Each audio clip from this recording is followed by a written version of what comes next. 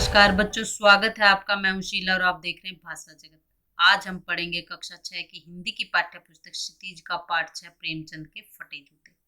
इसके लेखक हैं हरिशंकर परसई जी। हरिशंकर जी एक हास्य व्यंग्यकार लेखक हैं। हास्य व्यंग्यकार लेखक का अर्थ होता है कि उनकी रचनाओं में हल्का फुल्का हंसी मजाक, और व्यंग का अर्थ होता है किसी में कटाक्ष करना या टोन मारना। थोड़ा बहुत ये सब झलकता है। तो ये जो पाठ है प्रेमचंद के फटे जूते की निबंध विधा में लिखा हुआ पाठ है। निबंध विधा का अर्थ होता है कि अगर आपको कोई एक टॉपिक दे दिया जाए, उस पर पूरा ऐसे लिख दे, यानी पूरा निबंध लिख दे, वही विधा इस पाठ में इस्तेमाल की गई है। इस पाठ में परसई जी ने क्या हुआ कि एक प्रेमचंद जी का एक चित्र उन्हें मिला, जिसमें वो अपनी पत्नी के साथ फोटो खिंचवा रहे हैं, और उस फोटो में प्रेमचंद जी के जूते फटे हुए। इसी चीज पर व्यंग करते हुए उन्होंने ये पूरा पाठ रच दिया। तो चलिए अब इस पाठ को शुरू करते हैं और देखते हैं परसई जी ने इसमें क्या क्या लिखा है। तो यहाँ पर परसई जी कहते हैं कि उनके सामने प्रेमचंद जी का एक चित्र है, जिसमें वो अपनी पत्नी के साथ बैठे हुए फोटो खिंचा रहे हैं। सिर पर किसी मोटे कपड़े की टोपी है, कुर्ता है, और वो धोती पहने हुए। उनकी कनपटी चिपकी है। कनपटी होती है आंख और कान के बीच का जो ये जगह होती है, इसको कनपटी कहते हैं। और गालों की हड्डियां जो है उभर आई है, अर्थात उनका चेहरा पतला है, बैठ गया, पिचक गया, और उनकी जो हड्डियां हैं वो ऊपर की तरफ दिखाई दे रही है। परंतु उनकी घनी मूछों ने चेहरे को भरा भरा बतला दिया है, यानी उनकी घनी मूछों के कारण ऐसा लग रहा है कि उनका चेहरा भरा भरा हुआ है। पाँव में कैनवस के जूते पहने हुए हैं, जिनके बंद बेतरतीब बंधे हैं। बंद होता है फीते, यानी उन्होंने पाँव में कैनवस के जूते पहने हुए, आज की तरह नाइकी स्पार्क्स वगैरह के नहीं, कैनवस के जूते पहने हुए हैं। और उनके जो बंद हैं, बंद यानी फीते हैं, अर्थात लेसिस हैं, वो बेतरतीब तरीके से, मतलब कुछ भी उल्टी सिल्टी उन्होंने बांध रखी है। और लापरवाही से जब फीते आप अगर बंद करते हो ना, तो उनके सिरे पे जो लोहे की पतरी होती है वो निकल जाती है। जो छेद में फिर हम उसको डालते हैं फीते को, तो बड़ी परेशानी होती है, तब बंद कैसे भी कस लिए जाते हैं। अर्थात जब आप वो पतरी निकल जाती है, तो आप कैसे भी उसमें घुसेड़ के छेदों में अपनी लेस को कैसे भी बांध लेते हो। दाहिने पैर का जूता ठीक है। दाहिना अर्थात राइट, राइट पांव का उनका पैर जूता ठीक है, परंतु बाएं जो पैर है उसमें जूते में बड़ा सा छेद हो गया है, जिसमें से उंगली बाहर निकल आई है, यानी छेद के कारण उनकी क्या उंगलियां उससे बाहर निकल गई हैं। और मेरी दृष्टि यानी मेरी नजरें उसी जूते पर अटक गई है। सोचता हूँ कि फोटो खिंचवाने के लिए क्या यही पोशाक है, तो फिर पहनने के लिए क्या होगी। यानी अगर फोटो में तो क्या होता है कि इंसान अलग अलग पोशाकें बदलता, अच्छी से अच्छी पहनता ताकि फोटो अच्छा आए।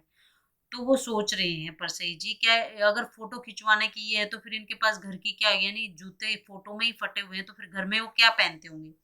नहीं, इस आदमी की अलग अलग पोशाकें नहीं होंगी, उसमें पोशाकें बदलने का गुण नहीं है, जैसा है वैसा ही फोटो में खिंच जाता है। अर्थात वो बार बार कपड़े चेंज करना ये सब करना नहीं करते होंगे, वो जैसे हैं वैसे ही रहते हैं। उनको बोला होगा कि फोटो खिंचवा लो, बस ढंग से उसमें ही बैठ गए होंगे।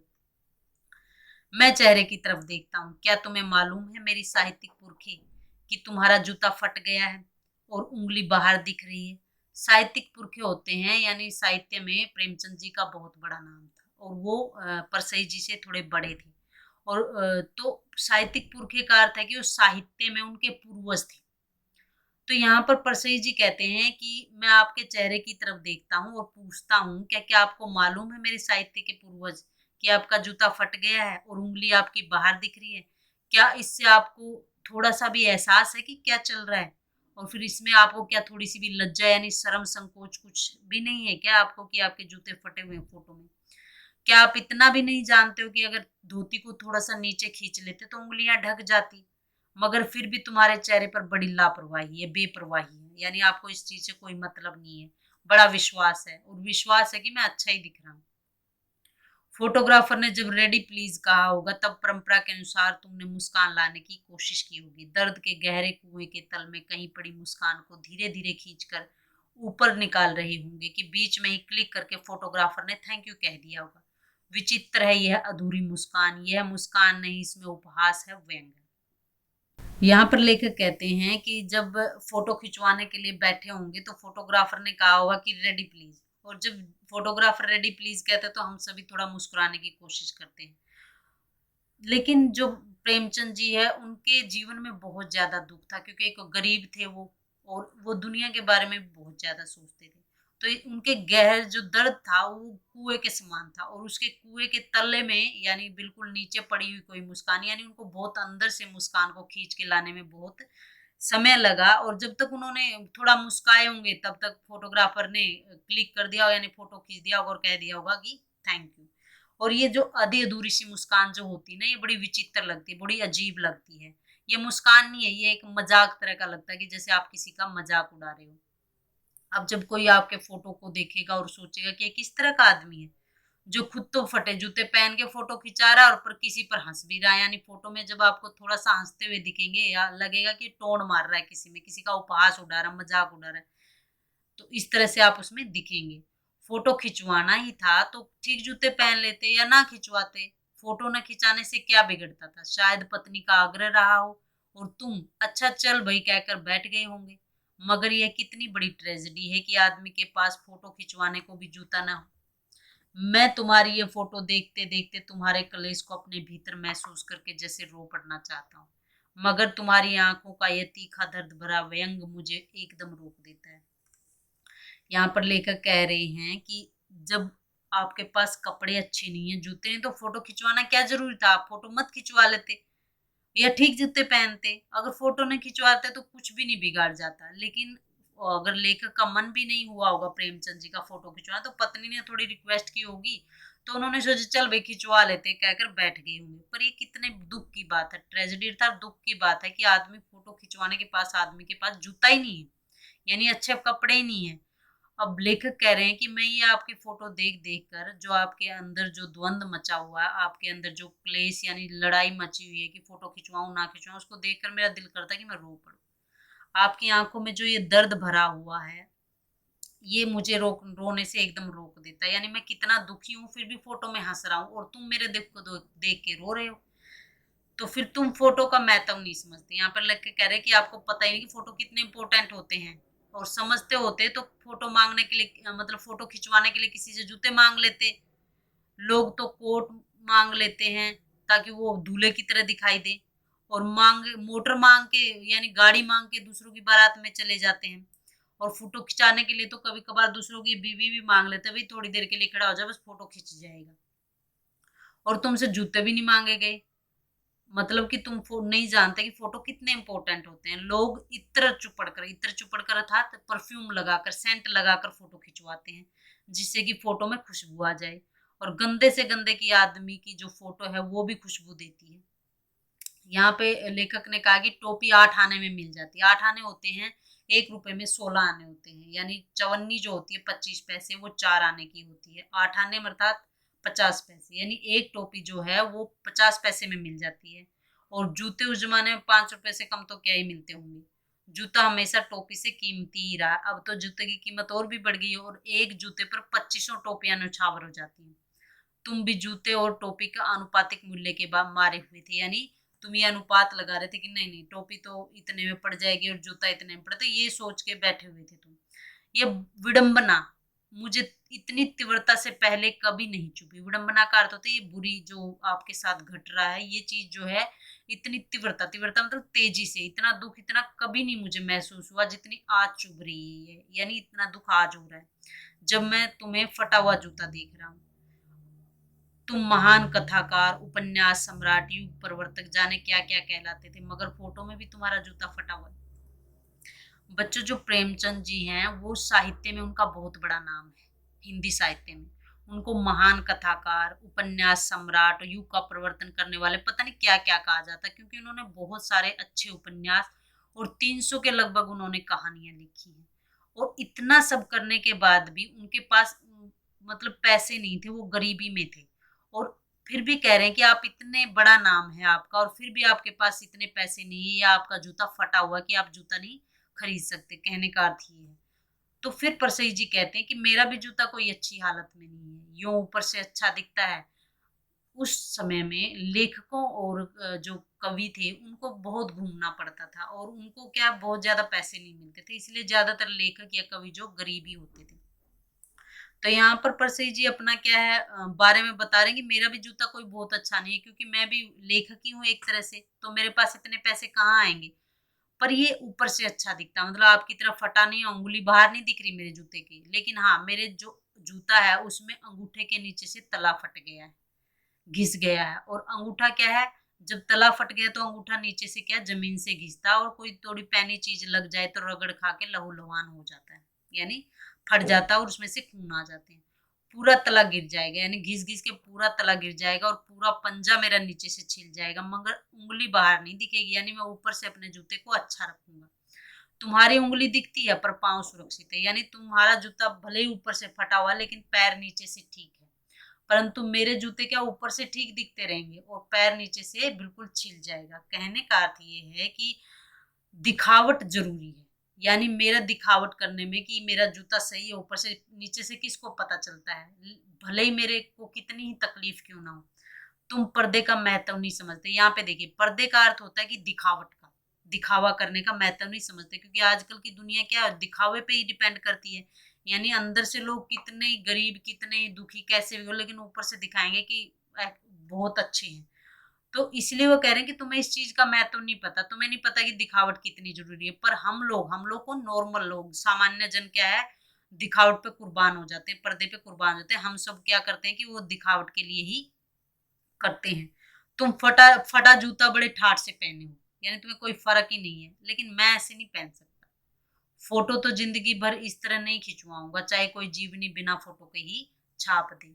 जीवनी ये जो फोटो है प्रेमचंद जी का, उनकी जीवनी लिखी गई थी, उसके लिए खिंचाया गया था। तो ये कह रहे हैं कि अगर मेरी जीवनी छपेगी तो मैं इस तरह से फोटो बिल्कुल नहीं खिंचवाऊंगा, चाहे मेरी जीवनी में मेरा फोटो ही ना डले। तुम्हारी यह व्यंग मुस्कान मेरे हौसले पस्त कर देती है। व्यंग मुस्कान होती है टोन मारने जैसी शैतानी हंसी, तो वो मेरे हौसले पस्त कर देती है, यानी जितने हौसले हैं, मैं जितना पॉजिटिव हूँ उन सबको हरा देती है, पस्त कर देती है। क्या मतलब है इसका, कौन सी मुस्कान है ये? मतलब कि आप फोटो में हंस रहे हो तो इसका क्या मतलब, आपका जूता फटा हो फिर भी हंस रहे हो, तो मैं तो खुश था कि मेरे जूते सही हैं, लेकिन तुम्हारी ये जो मुस्कान है तो मेरा हौसला ही पस्त कर दे रही है। तो ये कौन सी मुस्कान है? क्या होरी का गोदान हो गया?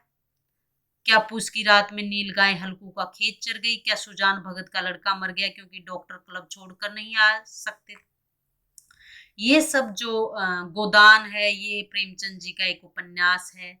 और जो नील गाय जो पूस की रात है, ये उनकी कहानी है। और जो सुजान भगत है, ये भी उनकी कहानी। यानी ये सारे जो कैरेक्टर हैं, ये होरी है गोदान का नायक है, हीरो है, तो ये सारे जो कैरेक्टर हैं ये उनके उपन्यास और कहानियों में से लिखे गए हैं। तो यहाँ पर बोल रहे हैं कि जो ये आपकी मुस्कान है, क्या होरी का गोदान हो गया? गोदान का अर्थ होता है गाय का दान करना। क्या होरी ने गोदान कर दिया, गाय का दान कर दिया? और पुष की रात यानी जाड़े की रात में नील गाय, जो नील गाय होती है, वो हल्कू हल्कू एक किसान था, उसका खेत चर गई है। और सुजान भक्त एक आदमी था और उसका लड़का क्या बीमार था, लेकिन डॉक्टर नहीं आ सके क्योंकि वो क्लब में खेल रहे थे, तो वो उसकी क्या मृत्यु हो गई। नहीं, मुझे लगता है माधव औरत के कफन के चंदे की शराब पी गया, वही मुस्कान मालूम होती है। और ये जो मुस्कान आपको ऐसे लगते है कि माधव की जब औरत मर जाती है तो वो क्या, गांव के लोग उनको क्या इकट्ठा करके पैसे देते हैं कि भाई अपनी वाइफ के लिए कफन खरीद लो। वो क्या है, शहर में जाके उन पैसों की भी दारू पी जाता है और वहां पे से आकर गांव वालों को बोलता है कि चोर ने मेरे पैसे चुरा लिए, और फिर मुस्कुराता है अपने मन ही मन में, मतलब शैतानी हंसी। तो यहाँ पर लेखक पूछ रहे हैं कि क्या जो ये मुस्कान है फोटो में आपकी, क्या इनके जैसी है, ये माधव के जैसी जो अपनी बीवी का कफन बेच के भी दारू पी गया था? मैं तुम्हारा जूता फिर देखता हूँ कैसे फट गया, ये मेरी जनता के लेखक, मतलब हे मेरी जनता के लेखक। यहाँ पे प्रेमचंद जी को जनता के लेखक इसलिए कहा क्योंकि वो सामान्य लोगों की कहानियां लिखते थे, वो कोई दिमाग में बनाई हुई कल्पनाओं की कहानियां नहीं लिखते थे, वो नॉर्मल लाइफ में जो डे टू डे लाइफ में देखते थे उन्हीं पे कहानियां लिखते थे। तो वो लेखक बोल रहे हैं कि मेरी जनता के लेखक को, क्या ये आपका जूता कैसे फट गया है, मैं ये जानना चाहता हूँ। क्या बहुत चक्कर काटते रहे, यानी क्या आप बहुत घूमते फिरते रहे? क्या बनिया के तगादे से बचने के लिए मील दो मील का चक्कर लगाकर घर लौट रहे? बनिया होता है जो दुकानदार होता है, जिससे पहले साहूकार होते थे, कर्ज लिया जाता था, और वो फिर क्या है, अपना कर्ज वापस लेने के लिए लोगों का जीना हराम कर देता था। तो उसका तगादा यानी उसकी जल्दबाजी से बचने के लिए, बनिया जब आपका जीना हराम कर दो, उससे बचने के लिए आप दूर से होकर, यानी बनिए के घर से दूर से होकर जो चक्कर लगाकर काटते थे, क्या आते थे, क्या इसलिए आपके जूते फट गए हैं? चक्कर लगाने से जूता नहीं फटता है, घिस जाता है। यानी अगर आप दूर से चक्कर लगा के होते होंगे तो वो जूता क्या नीचे से घिस जाएगा, पर ऊपर से कैसे फटेगा। कुंभन दास का जूता भी फतेहपुर सीकरी जाने आने में घिस गया था। उसे बड़ा पछतावा। उसने कहा, आवत जात पनहिया घिस गई, बिसर गयो हरिनाम। यहाँ पे कुंभन दास जी कौन है? वो भक्ति काल के एक प्रसिद्ध कवि थे। वो कृष्ण भक्त थे और उनको क्या है, एक बार अकबर ने अपने दरबार में बुलाया। और जब कुंभन दास जी क्या है, उनको दरबार वगैरह में जाना, राजा वाजाओं के यहाँ जाना उतना पसंद था नहीं, लेकिन जब राजा ने बुला लिया तो उनको जाना पड़ेगा। अब कुंभन दास जी को जब अकबर के दरबार में फतेहपुर सीकरी जाना पड़ा तो बहुत दूर तक उनको पैदल चलना पड़ा। तो उनके क्या पाँव जूते जो है घिस गए। अब वहां पे जाके अकबर ने उनको बोला कि चलो कोई अच्छा सा दोहा सुनाओ। तो उन्होंने एक टोन मार के उसमें अकबर में, तब उन्होंने कहा कि आज आवत जात पनहिया घिस गई, बिसर गयो हरिनाम। आवत जात मतलब आने जाने से, पनहिया चप्पलें, पहने हुए जूते घिस गए हैं। बिसर गयो अर्थात भूल गयो हरि नाम, भगवान का नाम। यानी आपके यहाँ आने जाने में ही मेरा जूता जो है घिस गया है। अब मैं भगवान का नाम तो भूल ही गया, इसलिए आपको क्या दोहा सुनाऊं। ये एक तरह से कुंभन दास जी ने अकबर में टोन मारी थी। और ऐसे बुलाकर देने वालों के लिए कहा था, जिनके देखे दुख उपजत है, माफ कीजिएगा, जिनके देखे दुख उपजत है, तिनको करबो परे सलाम।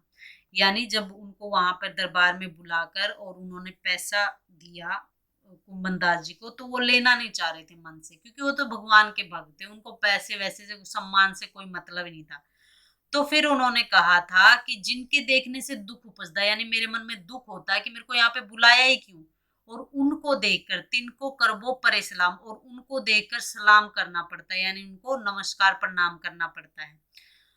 चलने से जूता घिसता है, फटता नहीं, तुम्हारा जूता कैसे फट गया। अब फिर परसई जी बोलते हैं कि तुम अगर कहीं घूम के आए होगे, कहीं बहुत चले होगे, तो उससे जूता घिस जाता, फटता नहीं, बताओगी तुम्हारा जूता कैसे फट गया।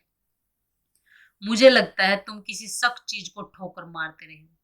कोई चीज जो परत पर परत सदियों से जम गई है, उसे शायद तुमने ठोकर मार मार कर अपना जूता फाड़ लिया है। कोई टीला जो रास्ते पर खड़ा हो गया था, उस पर तुमने अपना जूता आजमाया है।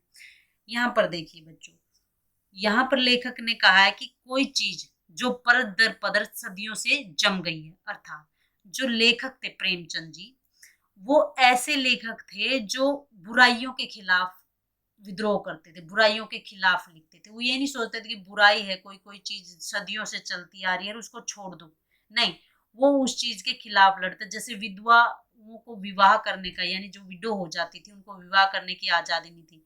प्रेमचंद जी ने इस चीज का खूब विरोध किया, उसके बारे में लिखा, और उन्होंने खुद एक विधवा से शादी की। तो यहाँ पर जो परसई जी हैं उनको बता रहे हैं कि मुझे लगता है तुमने किसी सब चीज को ठोकर मारी। यहाँ पर उनका कहने का सीधा मतलब ये नहीं कि तुमने किसी पत्थर को या चीज को ठोकर मारी। उनके कहने का मतलब है कि तुमने किसी ऐसे रिवाज को या ऐसी किसी बुरी चीज को ठोकर मारी है, कोई चीज जो सदियों से चलती आ रही है, परत दर परत, यानी वो चलती आ रही है, और तुमने उसे ठोकर मार मार कर अपना जूता फाड़ लिया है। कोई टीला यानी कोई बड़ी अड़चन जो रास्ते पर खड़ा हो गया था, उस पर तुमने अपना जूता आजमाया, यानी कि कोई बहुत बड़ी अड़चन थी और उस पर तुमने अपना जूता आजमाया, यानी अपना पूरा जोर लगा दिया। तुम उसे बचाकर उसके बगल से भी तो निकल सकते थे, यानी तुम जरूर था उसमें टक्कर मारनी, तुम उससे साइड में से निकल जाते, टीलों से समझौता भी तो हो जाता था। यानी जो बुरी चीजें थी, बुरे बड़े बड़े पहाड़ थे जो बुराइयों के, उनसे समझौता भी कर सकते थे। आम इंसान हम आप जैसे समझौता ही तो करते हैं, हम लोग सीधे टकरा थोड़े जाते हैं, तो तुम भी वैसे ही समझौता कर लेते। सभी नदियां पहाड़ थोड़े ही फोड़ती हैं, कोई रास्ता बदल कर घूम फिर कभी तो चल जाती। यहाँ देखिए प्रकृति से उन्होंने एक उदाहरण लिया है कि सभी जो नदियां होती सारी थोड़े पहाड़ को फोड़ के निकलती हैं, कुछ नदियां साइड से भी रास्ता बना लेती, तो तुम भी बदल के निकल जाते।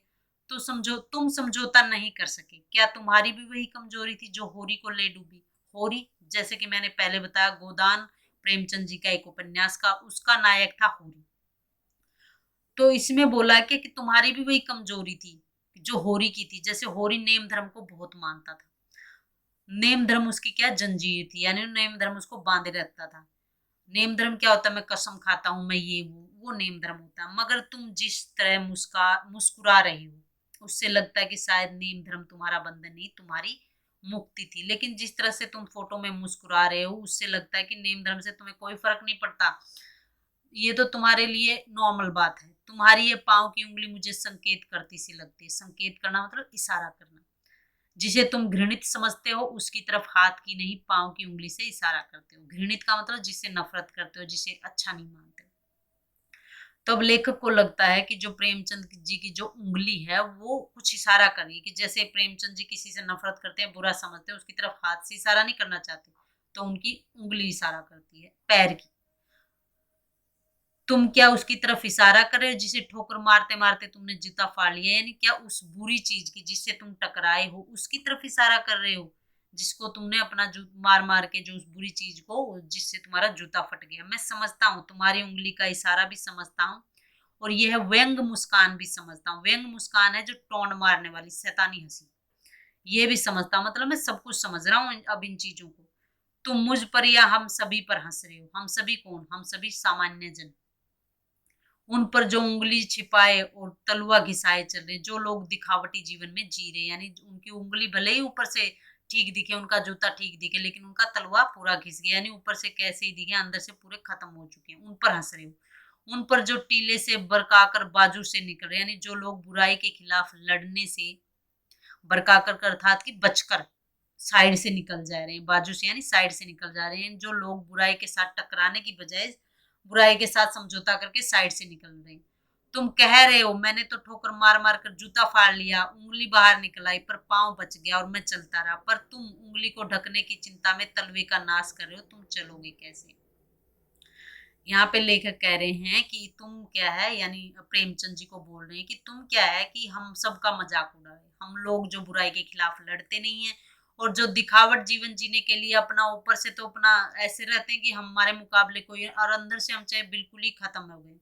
तो इसलिए तुम हमें बता रहे हो कि तुम हम पे हंस रहे हो कि भले ही मैंने अपना जूता ऊपर से फाड़ लिया है लेकिन मैं सही चल रहा हूँ, मतलब मैं दिखावटी जीवन नहीं जी रहा, और ऊपर से मैं गरीब चल रहा हूँ, दिख रहा हूँ, लेकिन फिर भी मैं मस्त हूँ। लेकिन तुम लोग ऊपर से क्या है बहुत अच्छे खासे दिख रहे हो, पर अंदर से तुम लोग क्या है बिल्कुल नाश हो चुके हो। तो तुम कैसे चलोगे या तुम्हारा जीवन कैसे व्यतीत होगा?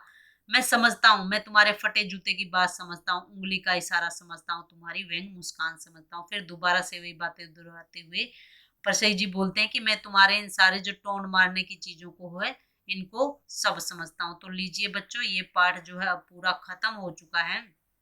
ये एक तरह से व्यंग था। प्लीज मेरे चैनल को सब्सक्राइब कीजिएगा और बेल आइकन को दबा दीजिएगा, और अगर आपको मेरी वीडियोस पसंद आती तो प्लीज लाइक भी कीजिएगा। Thank you.